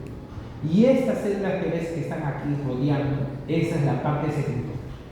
La parte secretora va a liberar la sustancia, es el conducto, y el conducto lo va a hacer a la sustancia externa. Por el número de conductos simples o compuestos. Simple, un conducto compuesto dos o más conductos. Pero por la porción secretora, las glándulas exocrinas, ¿cómo se clasifican? Por zonas tubulares o por zonas acinares. Como ven ustedes aquí, miren la porción secretora de esta zona. ¿Cómo es? Como si fuera literalmente, ¿qué cosa? Algo tubular. Algo tubular. Tubular, como si fuera, ¿qué cosa? Considera realmente un tubo, un rectángulo, ¿no? Literalmente un cilindro, y estos son glándulas tubulares. En cambio, cuando son bolsitas, se llaman glándulas acinares, por ejemplo aquí, ¿no? Tienes aquí, por ejemplo, en esta gráfica, tienes ¿qué cosa? Un conducto. Por el conducto es simple o compuesto, pero por la porción secretora puede ser cosa tubular, así como vistes, o puede estar formado ¿qué cosa? Por bolsitas, como son las zonas acinares, ¿ya? Las zonas tubulares se pueden encontrar en las glándulas del miometrio, las glándulas sebáceas son las acinares, también por excelencia, bien estudiadas, ¿no? Y al ser glándulas sebáceas, ¿qué cosa van a tener? Abundante contenido lipídico. Por eso, ¿qué tinción vas a usar ahí? Sudan, ¿no? Sudan 4, como dice en la gráfica. Las glándulas exocrinas también, de acuerdo al contenido que liberan, debido a que participan mucho en el intercambio o el procesamiento de alimentos, pueden ligarse como células mucosas, serosas, productoras de lípidos o transportadoras de iones. Para que podamos observar esto con mayor rendimiento, miren ustedes aquí dos células. Este es el acino mucoso y este es el acino seroso. La forma de clasificación. Los acinos mucosos se caracterizan principalmente porque van a tener ¿qué cosa? Van a ser pálidos, no se van a observar. Como tienen mucina, es igual que el caliciforme, o sea, literalmente no se observan porque mucina, se ve todo blanco, pálido. En cambio, el seroso sí se va a pintar bastante bien. Para poder verlo esto mejor, voy a pasar a la siguiente que tiene colores. Aquí. Así. Ya. Esta es la glándula exocrina. La glándula exocrina tiene dos partes. Tiene el conducto y tiene la parte donde secreta las sustancias. La parte de la secreta de sustancias dijimos que puede ser tubular o acinar de acuerdo a la forma, pero también de acuerdo al contenido puede ser mucoso o seroso. Las células mucosas son células que tienen características en las cuales tienen abundantes vesículas, pero que son pálidas. Abundantes vesículas pálidas que no se observan con la hematocilina y auxina. Donde tienen un núcleo que está de forma basal achatado. El núcleo de las células mucosas son núcleos achatados, el cual está empujado por todas las vesículas que no se pintan en la hematocilina y auxina. En cambio, las células serosas sí se pintan en la hematoxilina y eosina. Aparte de eso, se caracterizan ¿por qué? Porque van a tener un citoplasma altamente basofílico. En segundo lo ven, se van a ver sus vesículas que sí se pintan a la coloración y el núcleo no es achatado, sino el núcleo es redondo. ¿Me dejo entender? La diferencia entre una célula mucosa, ¿cuál es? Las vesículas acá son pálidas, acá las vesículas se ven. Acá la célula de citoplasma es pálido, acá el citoplasma es basofílico. Acá el núcleo es achatado hacia base. Acá el núcleo es redondo hacia la base. ¿Me dejo entender? ¿Listo? Ahora quiero que veas esto de aquí, luego resulta la diapositiva. Mira, esta es una célula, ¿qué cosa? Pálida, con núcleo achatado hacia la base, literalmente con citoplasma pálido. ¿Qué cosa es? Mucosa. ¿Esta célula qué cosa es? Es una célula basofílica, con citoplasma basofílico, con granulaciones, con vesículas que sí se pintan, ¿no? Y con un núcleo redondo identificado. ¿Esas que son? Serosas. Cuando se mezclan las serosas con las mucosas, dan origen, ¿qué cosa? A una glándula mixta. Mira, esta es la glándula mucosa. Como te dije, pálida, múltiples vesículas con núcleo empujado hacia la periferia, hacia la zona basal. En cambio, la serosa, realmente, ¿qué cosa es? Vesículas que se pintan con granulaciones y con citoplasma basofílico, ¿ya? Y con un núcleo que es redondo. Cuando estas dos se juntan en una sola, el componente mucoso empuja a la parte serosa hacia la periferia. Y si tú observas esta zona, que ves aquí, la zona donde se queda la zona serosa cuando se mezclan los dos componentes, tiene una forma como un cacho de mantequilla o como una especie de luna. Esta es la que se conoce como la semiluna serosa. Te van a preguntar en el examen, en una glándula mixta mucoserosa, ¿a qué porción corresponde la semiluna? La clave es serosa. Cuando se juntan las dos, la parte serosa es la que se empuja y se va hacia el fondo, y es la parte que se va a colorear. Mira aquí, esta es una combinación de ambas. Se ve pálida, pero acá vas a ver qué cosa, un aumento de la coloración. Cuando las serosas y las mucosas se juntan, la serosa es desplazada hacia la periferia y se desplaza en forma de semiluna. Esto es lo que se le conoce como la semiluna serosa del acino mixto, o también un nombre muy epónimo es semiluna de Bianzuni. Bianzuni con G también con Z se le conoce a esa zona. Muy bien. Entonces, voy a pasar esta parte también. Ya. Estas son las células de la porción de la secreción de la sustancia. Existen células que van a participar en la parte del ducto. En la parte del ducto también existen dos células importantes. ¿Cuáles son? Las células intercalares y las células del conducto estriado. Las células intercalares, ¿cuáles son? Son las células que pertenecen a la zona ductal de la glándula exocrina, que tienen escasas vesículas. Tienen escasas vesículas. No es que no tengan, no es que no se vean, perdón, sino que no tienen. Son escasas con un núcleo redondo hacia la base. Esa es la descripción. Pero cuando te hablan de las otras células que son del conducto estriado, te van a decir que tienen abundantes vesículas, pero las vesículas del conducto estriado son retronucleares. ¿Qué quiere decir? Están debajo del núcleo. Las vesículas que están ubicadas en el conducto estriado son retronucleares, con un núcleo redondo, ya no basal, sino medialmente. ¿Ya? Entonces dicen, ¿cuáles las células que participan en la porción secretora o la función de la secreción? Pueden ser serosas o mucosas. ¿Cuáles son las células que se encuentran en la zona del ducto? Intercalares o ductales estriadas. Si te dicen, ¿cuál es la célula que participan en la secreción que tiene, se ve pálida con múltiples vesículas que no piden la hematocina y eosina? Mucosa. Si te dicen, ¿cuál es la célula que pertenece a la porción secretora que tiene abundante vesícula con granulaciones, con citoplasma basofílico? Esto es serosa. Si te preguntan cuál es la célula de la parte ductal que tiene abundantes vesículas retronucleares, ¿cuál es? Conducto estriado. ¿Cuál es de todas las células que participan en el conducto la que no tiene o tiene escasas vesículas pero mantiene su núcleo redondo? Las células intercalares. Ya, ese cuadrito, eso de ahí bien. Esta es la clasificación de las glándulas multicelulares y dónde las puedo encontrar. Quiero que antes de aprenderte los nombres, quiero que veas exactamente la forma. Mira, estas son las tubulares simples. Mira, la tubular simple. La simple es porque tiene un conducto. Compuestos que tengan dos o más conductos. Tubular es la parte secretora. La parte tubular o la parte acinar está en la gráfica dibujada con el color morado. Mira, la parte morada es la parte que corresponde a la parte tubular o a la parte acinar.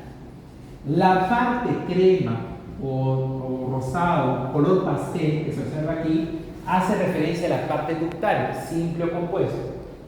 Tubular simple, acinar en forma de tubo con un conducto. Tubular simple enrollada sigue siendo ¿qué cosa? Un solo conducto, pero la zona tubular está curva.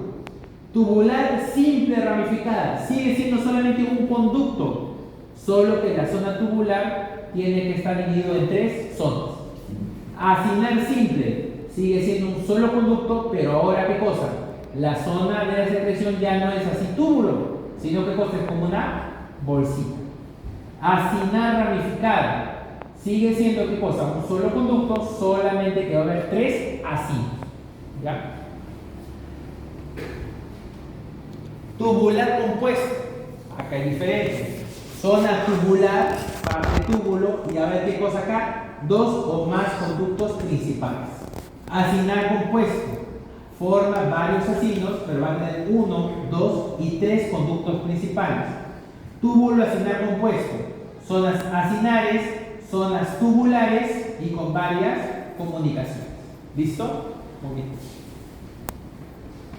¿Dónde puedo encontrar las tubulares simples? Puedo encontrar en el intestino grueso, principalmente el intestino grueso en las glándulas intestinales del colon. Las tubulares simples ramificadas se encuentran principalmente en el estómago a nivel del píloro. Y las acinares ramificadas se encuentran principalmente a nivel del carnes. Yo quiero que recuerdes estas 4 de aquí, por favor. Tubular simple, colon. Tubular simple ramificada, píloro. Acinar ramificada, cardias. Otra vez. Tubular simple, colon. Tubular simple ramificada, píloro. Acinar ramificada, cardias. ¿Y la cuarta cuál es? Esta de aquí. ¿Qué es? Tubular compuesta, duodeno. Tubular compuesta, duodeno. ¿Me dejo entender? Listo. Entonces otra vez. Tubular simple, ¿cuál es? Tubular simple, colon. Tubular simple ramificada, píloro. Acinar ramificada, cardias. Y tubular compuesta, duodeno. Si le estoy repitiendo es porque esa es la que voy a preguntar en el examen. Tubular compuesta, duodeno. Acinar ramificada, cardias. Tubular simple ramificada, píloro. Y tubular simple, colon. Por favor, esa es la que viene en el examen, porque tiene que ver con el tubo digestivo y generalmente son las que más nos confundimos. ¿Ya? Esas 4 aprendidas para el examen. De ahí viene una. ¿Ya? Y la tubular compuesta o tubulación compuesta que me gustaría que te acuerdes principalmente porque se encuentra en la región, se encuentra en las glándulas salivares, ¿no? También son manipulares, pero principalmente esas 4 materias. Muy bien, esto lo hemos visto y esto. Ahora vamos a la parte de las glándulas endocrinas. Las glándulas endocrinas van a vertir todo su contenido hacia la sangre, por lo tanto no necesitan conducto. Directamente llevan su contenido hacia la sangre y pueden pasar o después de un periodo de almacenamiento celular de la tiroides. Algunas glándulas pueden tener una composición tanto mixta como endocrina. Como ven ustedes, aquí las glándulas están embebidas por los vasos sanguíneos. Por lo tanto, las glándulas endocrinas son más vascularizadas que las glándulas endocrinas. Los vasos sanguíneos están penetrando las glándulas. Las características histológicas de la glándula endocrina con respecto a la exocrina es que está vascularizada o tiene rica vascularización. Sí, porque recuerda que la glándula endocrina no necesita un conducto para vertir su contenido. Pasa el contenido directamente a la sangre, por eso que necesita tener mucha vascularización. ¿Entendido? De acuerdo a cómo se distribuye, su porción lógicamente secretora puede comenzarse como siguiendo cordones que se llaman cordonomatosas o agrupándose en cavidades llamando foliculares. La clasificación cordonomatosa o acardonada y folicular es exclusiva de las endocrinas. La clasificación tubular y acinar es exclusiva de las exocrinas. Simples y compuestos, exocrinas. Citocrino, paracrino, endocrino es de las endocrinas. Y de acuerdo a la composición química, recuerda que la mayoría de las endocrinas son derivadas proteicas polipeptídicas, ¿no? Y solamente algunas que las esteroideas que participan en las glándulas suprarrenales. Te pregunto, y eso por favor en el examen puede venir, ¿cuál de las dos va a tener mayor cantidad de retículo endoplasmático liso? ¿Las que secretan hormonas proteicas o las que secretan hormonas esteroideas? ¿Cuál tendrá más retículo endoplasmático liso? ¿El retículo endoplasmático liso qué secreta? ¿Proteínas o lípidos? Lípidos. Lípidos. ¿Cuál de esos dos son derivados lipídicos? El esteroide. Por lo tanto, los que secretan hormonas esteroideas tienen mayor cantidad de retículo endoplasmático liso. Por lo tanto, ¿qué tinción vas a usar ahí? Sudantes. En cambio, en la secreción de hormonas proteicas, principalmente que vas a tener abundante retículo endoplasmático rugoso, con abundante cantidad de ribosomas agrupadas en polisomas. Las glándulas endocrinas, la mayoría son proteicas polipeptídicas, la gran mayoría. Si hay alguna que es una esteroidea que yo quisiera que te acuerdes, es la glándula suprarrenal. ¿Ya? La glándula suprarrenal que usa los esteroides. La glándula suprarrenal es la que se encarga de generarnos el acné, de generarnos los andrógenos, de participar de nuestro desarrollo sexual secundario. Por eso es que el consumo de muchos derivados de colesterol, de grasas, pues desarrollan más acné, quienes consumen más grasa tienen un desarrollo mamario más temprano y también tienen un desarrollo puberal más temprano, ¿no? Que los que en comparación a los que no comen. Las glándulas endocrinas se pueden diferenciar en dos grandes grupos. Según lo que nuestra diapositiva está así, en las verdaderas y en las falsas, por decirlo así. Las glándulas propiamente dichas, que pueden ser las reticulares o cordonales, y las foliculares. Y el sistema neuroendocrino difuso, que está dentro de las glándulas, que son las famosas glándulas endocrinas falsas. ¿Por qué se le llaman las falsas? Porque el sistema neuroendocrino difuso usa el sistema de secreción paracrina. Como es paracrino, o sea, el sistema neuroendocrino difuso es paracrino, la sustancia no llega completamente al torrente sanguíneo, sino la célula del costado de la chapa. ¿No? La célula neuroendocrina difusa no se considera como una glándula endocrina verdadera, porque no llega al torrente sanguíneo. Por eso está clasificada en un punto aparte. Ejemplo del sistema neuroendocrino difuso: todas aquellas que tienen nombre de las letras del alfabeto, las células G, las células H, las células D, las células S, las células K, las células I, las células M. Todas aquellas que tienen nombre de letra del alfabeto son células del sistema neuroendocrino difuso, que son paracrinas y que tienen una característica importante a nivel histológico, que tienen gran avidez, gran gusto por todas las tinciones derivadas de la placa, o sea, tinciones argénicas. De las verdaderas tenemos las esteroideas, como las suprarrenales, que como ven en la gráfica están distribuidas como ¿qué? Como cordones o como hileras. Las cordonales o acordonomatosas son la forma, o tienen como principal ejemplo las glándulas suprarrenales, que por ser esteroideas tienen abundante contenido de retículo endoplasmático liso. Por ser esteroideas y por tener mucho retículo endoplasmático liso, se usa ¿qué cosa? Sudán, para identificarlo con mayor facilidad. ¿Ya?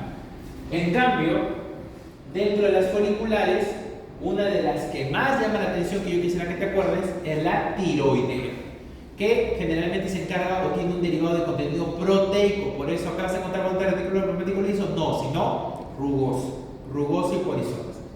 Como ves aquí, las células están ¿qué cosa? Rodeando una cavidad y secretan sus sustancias adentro de la cavidad. Por eso se llaman foliculares. ¿Ya? En cambio, en las cordonomatosas, las glándulas están agrupadas como hileras. Las cordonomatosas, cordonales, ¿cuáles son? Las glándulas suprarrenales. Glándulas suprarrenales. ¿Está bien? ¿Ya? Y de las glándulas tiroideas o aminas están ¿qué cosa? Las glándulas foliculares. Muy bien. Y para terminar la clase, voy a explicar esto. El páncreas tiene una particularidad. Él tiene dos porciones, una porción exocrina y una porción endocrina. La porción exocrina del páncreas es la que tiene que ver con toda la parte de la digestión de alimentos, la liberación de la lactasa pancreática, la liberación del bicarbonato, la liberación a través de la secretina, que va a poder ser liberación de la procetoconina, generar la digestión, todo bien. Y la parte endocrina del páncreas tiene que ver con la regulación del azúcar. Creo que la mayoría de las personas lo conocen de manera de diabetes. O sea, la diabetes, un problema en el cual no se pueden metabolizar adecuadamente los carbohidratos y el páncreas no está cumpliendo una adecuada función o no logra el objetivo. ¿Ya? Entonces el páncreas se tiene que estudiar de esa forma. Cuando tú evalúas acá el conducto amarillento, ves acá el conducto intralobular, va a ser un conducto gigante. El conducto intralobular va a tener contacto con dos tipos de células. Con las células que están ubicadas a nivel central, centroacinales, y las células acinales pancreáticas. Las células centroacinales son las células que están perifiando, las que están en contacto directo, mano a mano con el conducto. Y las células acinales pancreáticas son las que están en la zona retraída o periférica. Las zonas centroacinares, que son las de color amarillo que están rodeando al conducto, se caracterizan por tener una formación fusiforme o de ojo invertido, que tienen dos proyecciones apical y una proyección basal con un núcleo que cosa alargado hacia el centro. En cambio, las células acinares pancreáticas que están hacia la periferia son células no de forma de ojo invertido ni fusiforme, son células en forma de diente o forma odontogénica o también forma rectangular o cuadrada, que se caracterizan principalmente ¿qué cosa? Por tener un núcleo ya no medial, sino un núcleo generalmente ¿qué cosa? Basal, con un montón de vesículas a nivel apical. O sea, esta célula lo estás viendo así, ¿no? Estás viendo así. El núcleo es basal con un montón de vesículas. En cambio, las células centroacinares tienen escasas vesículas y sí tienen un núcleo grande. Esto es importante, ¿por qué? Porque el conducto es el lugar en donde va a llegar todas las sustancias que el páncreas va a usar para la digestión. Ese conducto está, o la parte que tiene que ver con la porción exocrina del páncreas, solamente tiene dos células. Las células centroacinares están en contacto con el conducto, que como ves tienen escasas vesículas, que son fusiformes, ¿no? Lógicamente con un núcleo largo, alargado hacia el centro, y las zonas con las células que son más distales, que son las acinares pancreáticas, que sí tienen abundantes vesículas y un núcleo basal. Esas gránulos o vesículas que tienen estas células centroacinares pancreáticas son gránulos de Zimógeno. Lo que te pueden preguntar en el examen es ¿cuáles son las células que participan en la porción exocrina del páncreas? La clave será la célula acinar pancreática y la célula centroacinar.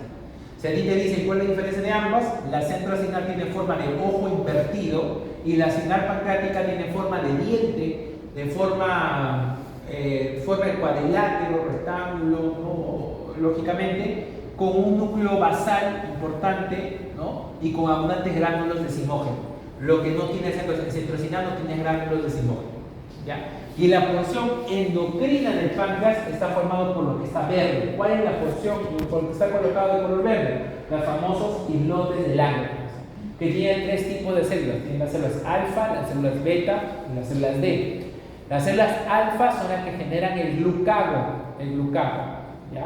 Que es lo que permite justamente elevar la cantidad de glucosa en la sangre para poder usarla para producir energía.